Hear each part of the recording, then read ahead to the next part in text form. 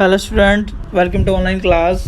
आज हम करेंगे क्लास 7 हिस्ट्री का चैप्टर सेकंड। जैसे पहले कुछ पार्ट तो हमने फर्स्ट वीडियो में आपका कवर करा दिया था।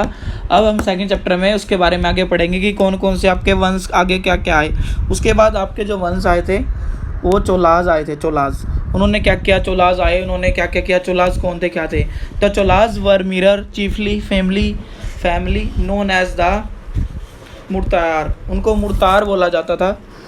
And held power in the Kaveri delta they were under the Pallava king of Kanchipuram as their subordinate. क्या था उसके पास और बहुत सारी पावर्स थी और कंचीपुरम में उसका सब कोऑर्डिनेट अलग अलग थे। ये चोलाज एक नया डायनेस्टी अपनी आपका नया वंश नया साम्राज्य आपका स्टार्ट हो गया था। ये कावेरी डेल्टा के साइड से आए थे आपके। और जो चोलाज वंश आए थे उन्होंने क्या क्या किया था। सबसे पहले उन्होंने क्या किया, उन्होंने बिल्डिंग मंदिर बनाया। बिल्डिंग तांजेवर एक अपने आप में बहुत बड़ा टेंपल है, बहुत हाईली उसकी मतलब काफ़ी हाइट भी बहुत अच्छी है। Thanjavur built in a temple for goddess. कौन सा गॉड थे उसमें, निशु बस दुनी एक जो गॉड थे उनका उन्होंने नाम रखा था, तो वो थे वहाँ पर उनको स्टैब्लिश किया था वहाँ। He belong to an ancient chiefly family of the Cholas from Urer and capture the delta from Mutair in the middle of 9th century। जो आपके ये आए थे ये 9th सेंचुरी में आए थे, middle of the 9th century, यानी 8 और 9 सेंचुरी के मिडल में आपके 9 और 10 सेंचुरी के मिडल में आए थे इन्होंने। और जो गोडेस थे वो इनका नाम है निशु बसुदीनी, जो भगवान का नाम बोलते थे, निशु बसुदीनी नाम था उनका।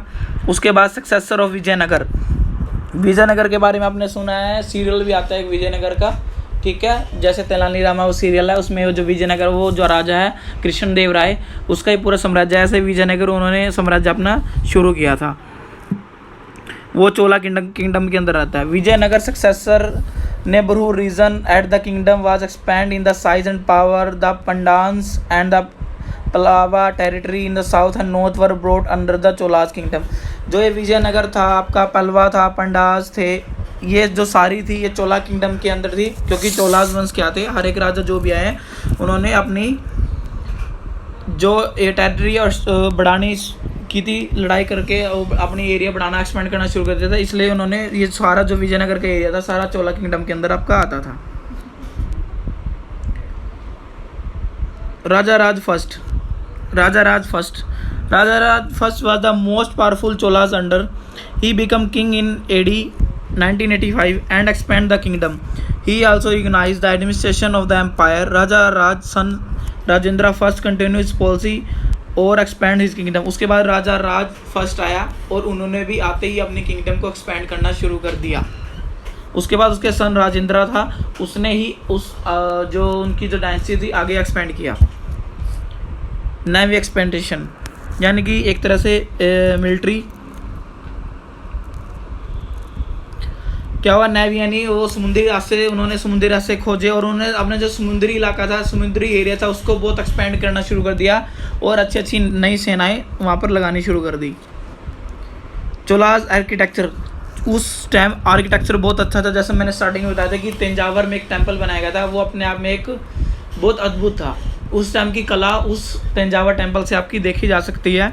राजा राज एंड राजेंद्र उन्होंने कंट्रीब्यूट किया, लास्ट में तंजावर टेंपल को उन्होंने कंप्लीट करवाया आपका, ठीक है।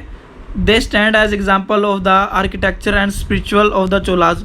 मतलब उस टाइम का अपने आप में एक बहुत सुंदर दिखने वाला एक मंदिर था, मार्बल्स का था, बहुत अच्छी अच्छी कलाएँ इस पर की हुई थी।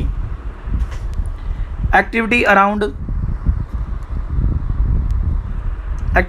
द टेम्पल, आपकी कौन कौन सी एक्टिविटी हुई है उस time. Around the temple many settlement grow, they were centre of craft production, rulers and other give lands temple as gift. The production of gift land were use to maintain of priest, garland makers, cooks, fair. मतलब जो भी क्या किया कि इस मंदिर में हर लोग थे, म्यूजिशियन थे, ब्राह्मण थे, सब थे, और जो इसका ध्यान रखा जाता था वो वहाँ के जो आसपास के लोग थे वो दान करके ही उस जगह का ध्यान रखा करते थे, ठीक है बेटा। उसके बाद उन्होंने क्या किया,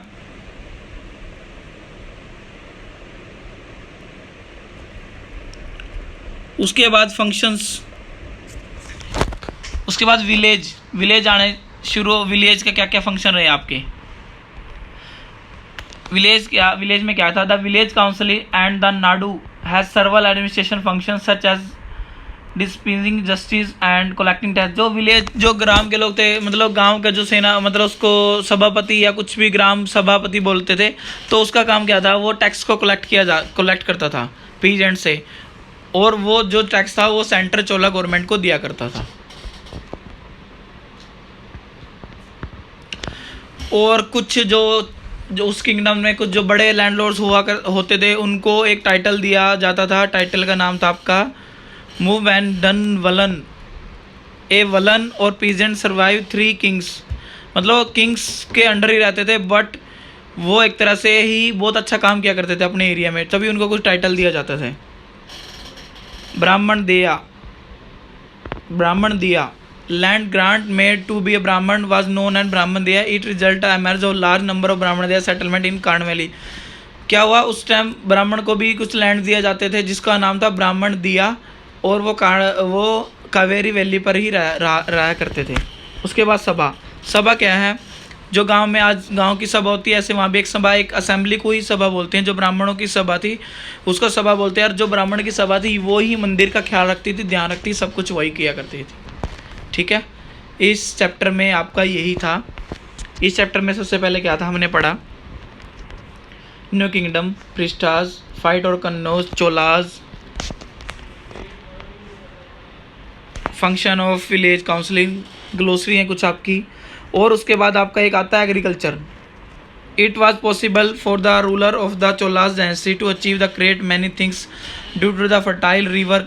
क्या हुआ? सबसे ज़्यादा फायदा यहाँ पर खेती से हुआ। खेती से क्यों हुआ? क्योंकि यहाँ पर सबसे पास में कावेरी नदी पड़ती थी, जिससे कि पानी की कोई समस्या नहीं थी।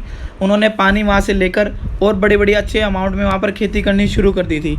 और जो ये खेती थी, ये जो उसके बाद जो नदी थी बे ऑफ बंगाल में गिर जाती थी लास्ट में। इरिगेशन सिस्टम बहुत था क्योंकि पानी अच्छे से मिल सका था। ऊर एंड नडू एक वर्ड है, ur and nadu. Administration organisation was the based on the settlement of peasants known as ऊर,